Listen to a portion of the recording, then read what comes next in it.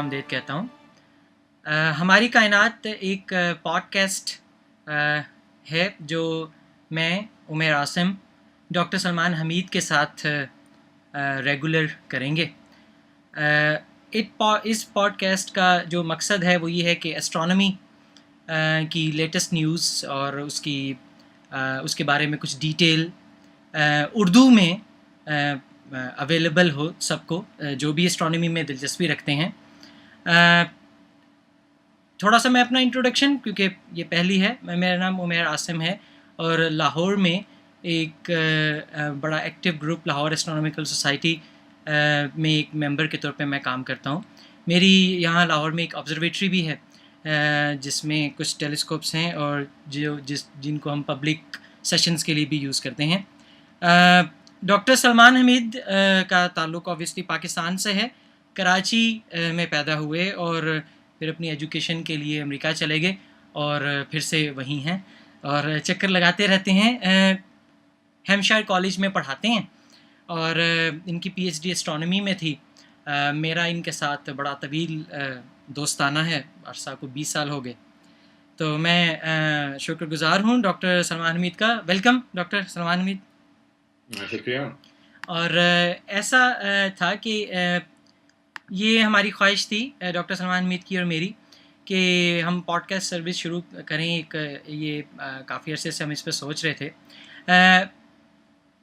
जिसको एस्ट्रोनॉमी का नहीं पता, जिसको साइंस का बैकग्राउंड नहीं है, जिसके पास टेलीस्कोप्स नहीं है, लेकिन उसको सितारों के बारे में, कायनात के बारे में जानने का शौक़ है, वो हमारी बातों को बड़ी बासानी समझ सकेगा। अभी पिछले दिनों एक लेटेस्ट न्यूज़ आई थी पिछले हफ्ते, और वो लेटेस्ट न्यूज़ ये थी कि 8 एक्सोप्लैनेट्स दरियाफ्त किए गए इकट्ठे। और मैं ये चाहूँगा कि डॉक्टर सलमान हमीद से इसी ख़बर के हवाले से मैं गुफ्तगू करूँ। तो डॉक्टर सलमान हमीद, आपने ये ख़बर देखी एक्सोप्लैनेट्स की कि वो 8 डिस्कवर हुए, तो आप सबसे पहले तो हमें ये बताइए कि ये एक्सोप्लैनेट क्या बला है, ये क्या शय है?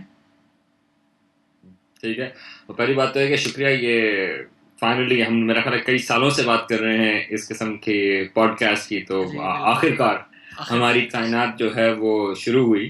तो एक्सोप्लैनेट की कहानी भी कुछ इसी तरह से है कि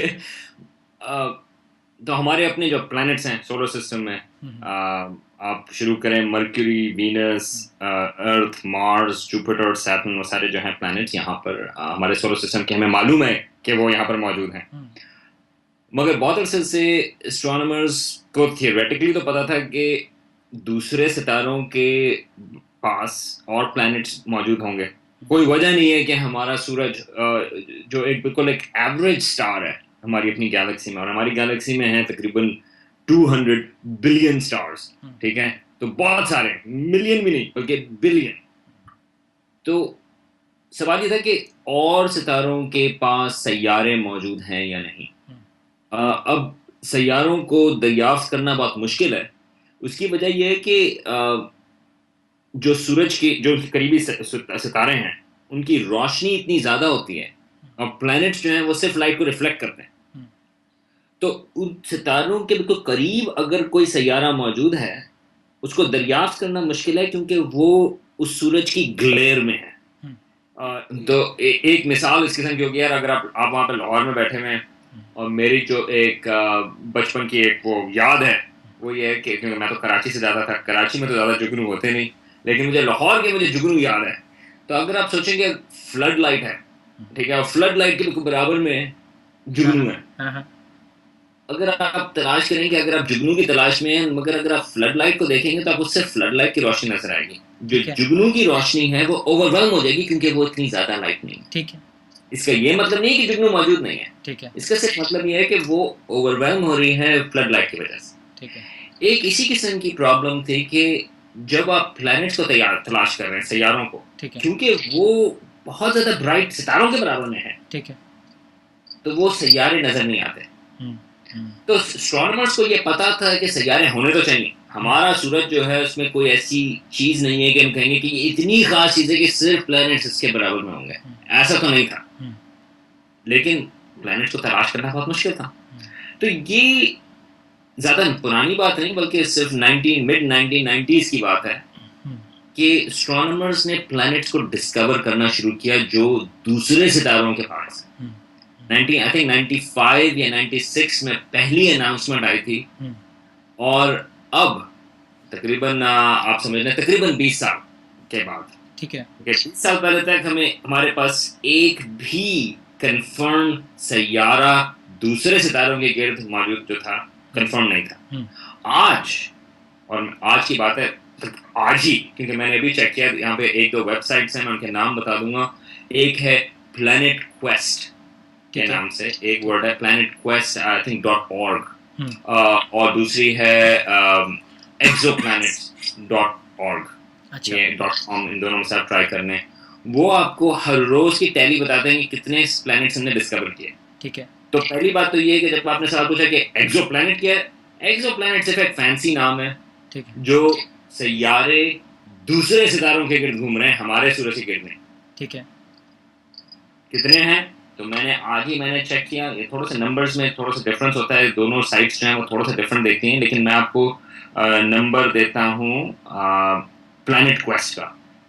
4,994 प्लैनेट्स जो हैं वो डिस्कवर हुए। तो 5,000 हमारे सोलर सिस्टम में जो है वो 9 प्लैनेट्स हैं। मैं प्लूटो को प्लैनेट काउंट करता हूँ। 9 प्लैनेट्स हैं, ठीक है। आप जज्बाती हैं प्लूटो के लिए। मैं जज्बाती हूँ। 5,000 प्लैनेट्स जो हैं वो गालिबन दरियाफ्त हुए हैं। उसमें से ये एक टेक्निकल चीज है कि क्यों उसमें टाइम लगता है, उसमें से तकरीबन 1795 ठीक है कंफर्म है। ठीक है, और उसमें मसला ये होता है कि आप डिटेक्ट करते हैं प्लैनेट, मगर उसमें आपको कंफर्म करना होता है कि जो आपने दरियाफ्त किया है वो क्या स्टार की प्रॉपर्टी थी या कुछ और चीज थी। वो मुख्तलिफ टेक्निकल चीजें, हम उसके बारे में बात कर सकते हैं। लेकिन तकरीबन 1800 प्लैनेट जो हैं वो कंफर्म है। ठीक है, 5,000 में से जो कैंडिडेट्स हैं, तो ये एक्सो प्लैनेट्स हैं। अब ये जो खबर आई 2-3 दिन पहले ही 8 प्लैनेट्स की, वो खबर इसलिए बनी क्योंकि वो प्लैनेट्स जो हैं वो तकरीबन जमीन के साइज जैसे हैं। और ये एक बड़ी बात है कि अभी तक जो शुरू में जो प्लैनेट्स दरियाफ्त होना शुरू हुए थे वो बहुत बड़े बड़े थे, जुपिटर से भी कहीं ज्यादा बड़े। तो अब एक तरह से आप समझ लें कि इंसान जो है वो थोड़ा सेल्फिश होता है, मतलब कि यार हम क्या केयर करेंगे प्लैनेट्स और किस्म के हैं कि नहीं, हमें ये चाहिए कि ऐसे प्लैनेट्स जो जमीन जैसे हों। क्यों? क्योंकि अगर एक तरह से हमारी जो एक बड़ी सर्च है, एक बड़ा सवाल है, वो ये है कि क्या कायनात में कहीं और जिंदगी है या नहीं। और ऑफ कोर्स एक दूसरा सवाल आता है कि वो जो किसी और वक्त हम इस चीज के ऊपर डिस्कस करेंगे, क्या इंटेलिजेंट लाइफ कहीं और है या नहीं। ठीक है, और वो फिर बहुत सारे चीज़ों में आते हैं, इंटेलिजेंट का क्या मतलब है और ये सब। अच्छा, मैं थोड़ा सा आपकी बात काटूंगा। मैं ये समझना चाह रहा हूँ, दूरबीन तो कब से बन गई, 400 साल से, और आपने ये बताया कि प्लैनेट को किसी दूसरे सूरज या सितारे के पास देखना दुश्वार है। ये जितने सितारे हमें आसमान पे नज़र आते हैं ये सब के सब सूरज हैं और बहुत दूर हैं, इसलिए सितारे नज़र आते हैं। तो ऐसी वो क्या जादुई टेक्निक है कि जो अभी मिड 90s में 95 में वो अचानक इनके हाथ लग गई और इतने सालों की दूरबीन से वो नहीं देख पाए। तो ये मिलना कैसे शुरू हुए? हाँ, तो ये बल्कि मैं तो चाहूँगा आप मुझे ये भी बताएं, अगर प्लूटो सैयारा है, हाँ, तो प्लूटो से बाहर कोई सैयारा क्या मिला, और उसके हम अपने निज़ाम शमसी में मज़ीद सैयारों के लिए हमने कोई काविश की? हाँ, तो हमारे अपने निज़ाम शमसी में तो तलाश करने की कोशिश की है। और देखो, प्लूटो का मसला जो है वो थोड़ा कॉम्प्लिकेटेड है। प्लूटो इसलिए कॉम्प्लिकेटेड है क्योंकि प्लूटो एक ऑड बॉल प्लैनेट है। अच्छा, अगर हम हमारे जो सोलर सिस्टम है बड़ा नीटली एक्सप्लेन कर सकते हैं कि छोटे प्लैनेट्स जो हैं वो रॉकी हैं, मर्क्यूरी, वीनस, अर्थ और मार्स, और जुपिटर, सैटर्न, यूरेनस और नेपट्टून जो वो गैसेस हैं वो बड़े हैं। ठीक है। प्लूटो जो है वो गैसियस नहीं है, मगर वो छोटा है, मगर बहुत दूर है।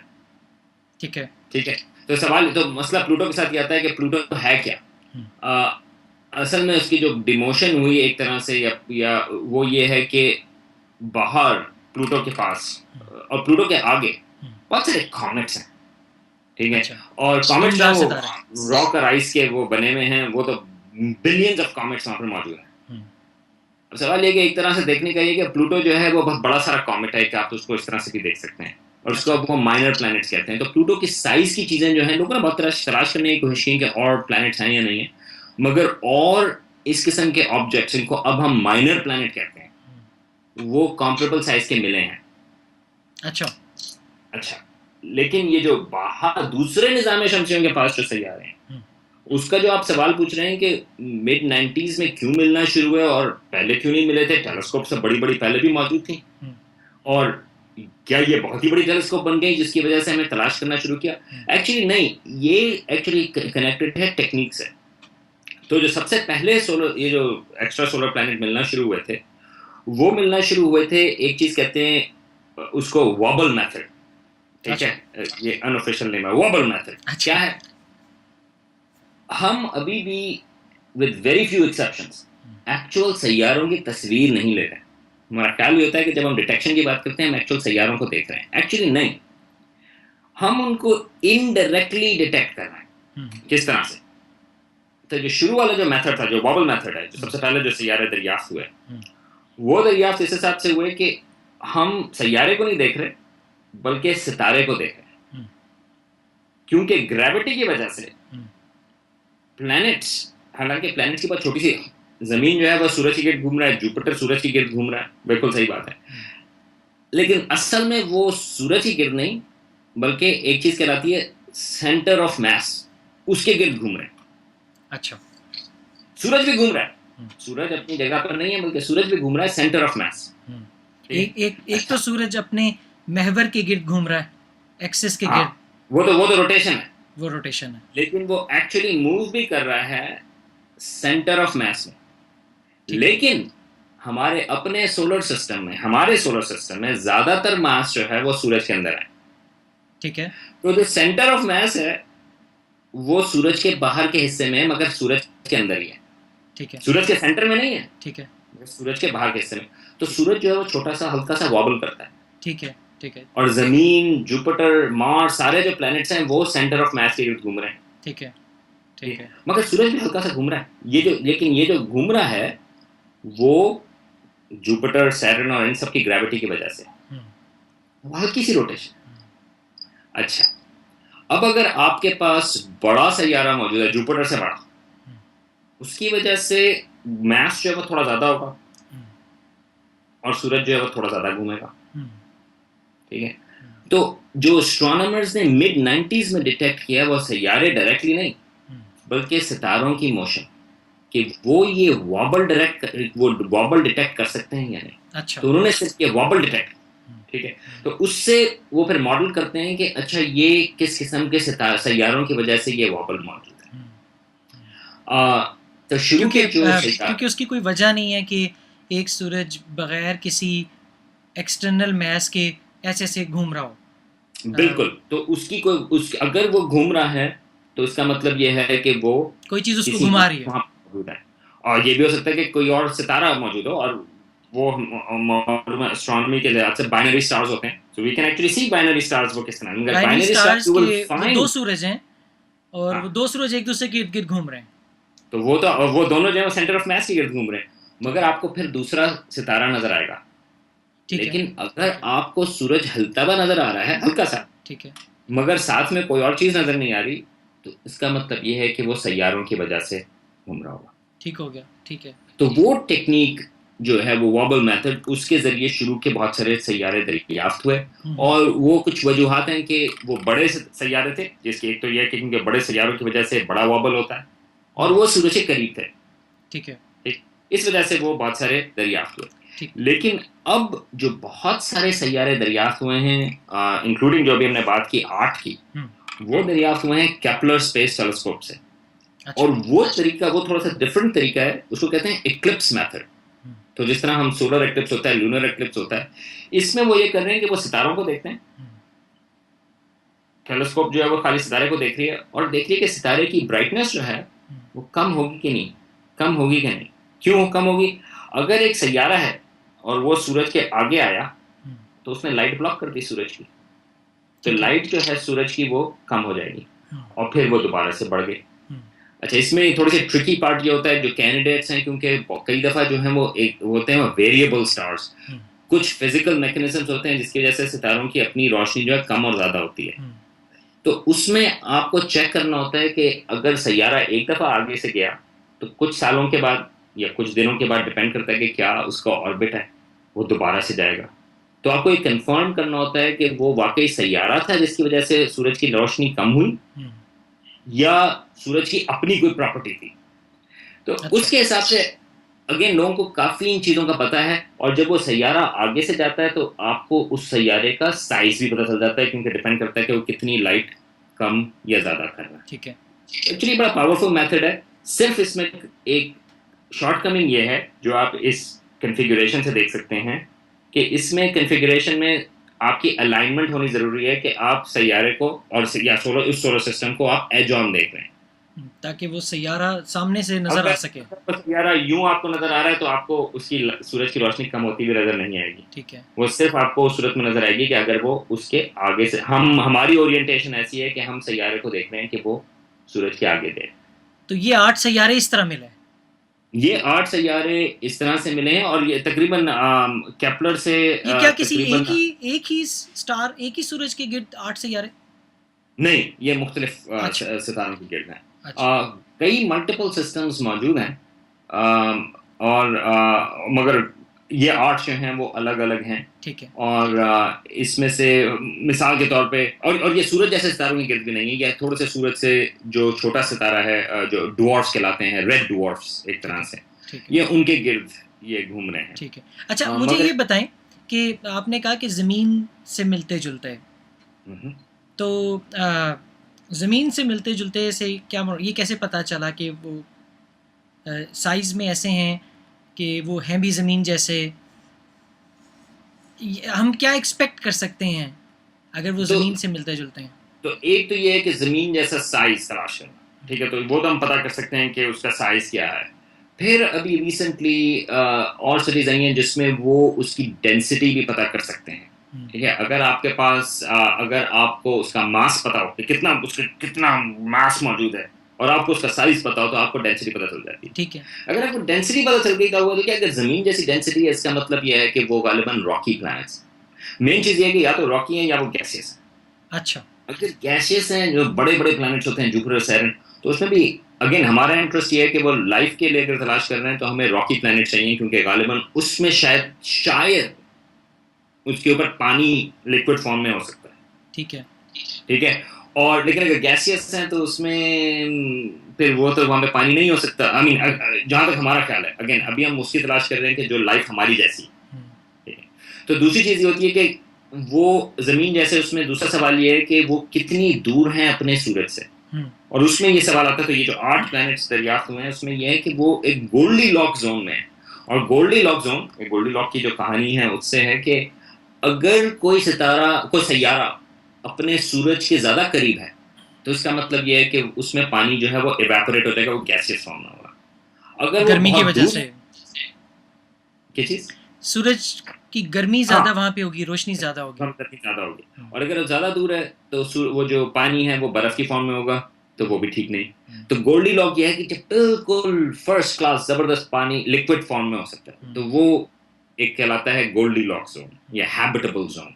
ठीक है, तो ये जो 8 सैयारे हैं, ये सब के सब जो है वो गोल्डी लॉक जोन में हैं।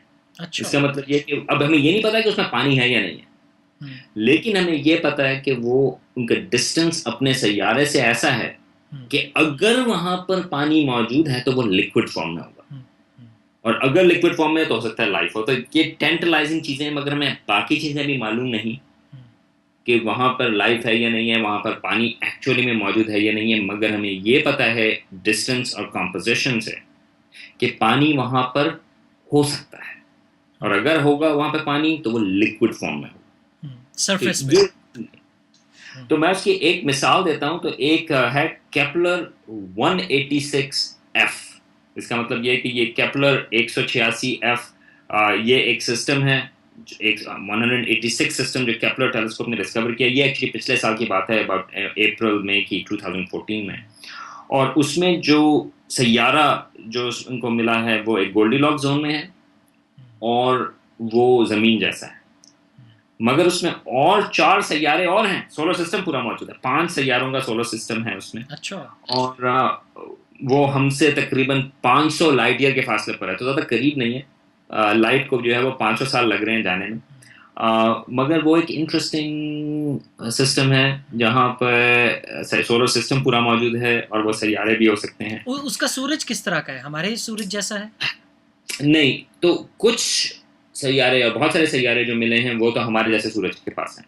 अच्छा। लेकिन ये जिस तरह 186F है, ठीक है, उसका जो सूरज है वो हमारे सूरज से छोटा है। ठीक है। नाउ ये एक हमें भी एस्ट्रोनॉमर्स को भी ये पता नहीं है कि ये अच्छी चीज़ है या बुरी चीज़ है लाइफ के हिसाब से। ठीक है। अच्छी चीज़ ये है कि हमारी जो गैलेक्सी में ज़्यादातर सितारे हैं 70-80% वो सूरज से छोटे हैं। ठीक है, ठीक है। तो ये यानी कि तो ये ज़्यादा अबंडेंट हैं, मौजूद बहुत सारे हैं। जो बुरी चीज़ हो सकती है वो ये है कि अगर आपको लिक्विड वाटर चाहिए तो उसके लिए आपको सूरज के करीब होना पड़ेगा। ठीक है। ज़मीन जो है वो तकरीबन समझ लें 150 मिलियन किलोमीटर्स के फासले पर है सूरज से। ठीक है। अगर आप वहाँ, और हमारे यहाँ लिक्विड वाटर हो सकता है, ये हैबिटेबल जोन में है। ठीक है। लेकिन अगर वो सूरज जो है वो हमारे सूरज से छोटा हो तो उसकी ब्राइटनेस कम होगी, तो लिक्विड वाटर के लिए आपको उसके थोड़ा करीब होना पड़ेगा। ठीक है। ठीक है। तो ये जो 186F है वो तकरीबन 1 साल जो है उसका वो तकरीबन 130 दिन लगते हैं उसको अपने सितारे के गिर्द घूमने में। अच्छा। हमारी जिस तरह हमारी जो ज़मीन है वो 365 दिन लेती है, ये 130 दिन लेते हैं। ठीक है। और मैं ये बता रहा हूँ कि ये एक अनयूजुअल चीज़, नॉट अनयूजुअल, मगर इसमें एक चीज़ है कि वो जो बाकी सैयारे हैं इस सोलर सिस्टम में वो एक 4 दिन लेता है, एक 7 दिन लेता है, एक 13 और एक 22 दिन। तो वो अपने सूरज के बिल्कुल करीब करीब है। हाँ। तो वहां पर तो लाइफ हो नहीं सकती, वो बहुत गर्म। ठीक है। लेकिन ये जो है 186F, BCD और E नहीं बल्कि F, ठीक है, वो 130 दिन लेता है और वो इतने फासले पर है कि वहां पर पानी लिक्विड फॉर्म में हो सकता है। ठीक है। ठीक है। तो आप क्या समझते हैं कि ये बात कैसे पता लग सकती है? कोई ऐसी साइंसी टेक्निक अभी है हमारे पास कि हम किसी और सैयारे जो हमारे निज़ाम शमसी का नहीं है उसकी सतह पर हम पानी डिटेक्ट कर लें कि वो लिक्विड है? ऐसा कुछ है कि मुस्तकबिल करीब में? बड़ा मुश्किल है उसका। आपको प्लैनेट की पहली बात तो तस्वीर लेनी है, लेकिन हम ज़्यादा उसमें जो चांस है वो ये है कि हम उसका एटमॉस्फेयर डिटेक्ट कर सकें। उसके प्लैनेट के ऊपर जो है कि किस किस्म की गैसेस मौजूद हैं। अच्छा। लोग मॉडल कर रहे हैं कि किस किस्म से हम तलाश कर सकते हैं कि पानी वहाँ पर लिक्विड फॉर्म में है या नहीं है, मगर हमारे अपने सोलर सिस्टम में, हमारे अपने निज़ाम शमसी में it's a pretty hard problem. कि जिस तरह टाइटन, हमें पता था कि टाइटन जो है वो सैटर्न का मून है, ठीक है, मगर उसमें बहुत डिफिकल्ट था कि उसमें नीचे क्या हो रहा है, क्योंकि उसमें जो है वो गैसेस उसके ऊपर मौजूद है, एटमॉस्फेयर। ठीक है। एक तरीका है और वो ये है कि जो पानी तो नहीं मगर लाइफ के बारे में हमें शायद बता सके, और वो ये है कि अगर हम एटमॉस्फेयर डिटेक्ट कर सकें, यानी कि अगर हम सैयारे की नहीं बल्कि सैयारे की अगर हम तस्वीर ले सकें, उसका मतलब ये होगा कि हम उसका स्पेक्ट्रम ले सकते हैं। मतलब ये कि हम वो जो सैयारा है उसकी लाइट को हम देख सकते हैं कि उसमें क्या क्या चीज़ें मौजूद हैं, ऑक्सीजन है, कार्बन है, क्या चीज़ें मौजूद हैं। अभी जो है उसके लिए हमें एक्चुअल सैयारे की तस्वीर लेना ज़रूरी है। अगर हमें ये पता चलता है कि सैयारे के एटमॉस्फेयर में ऑक्सीजन मौजूद है, इसका मतलब ये होगा कि अभी हमारा ख्याल ये है कि वहाँ पर ज़िंदगी मौजूद है।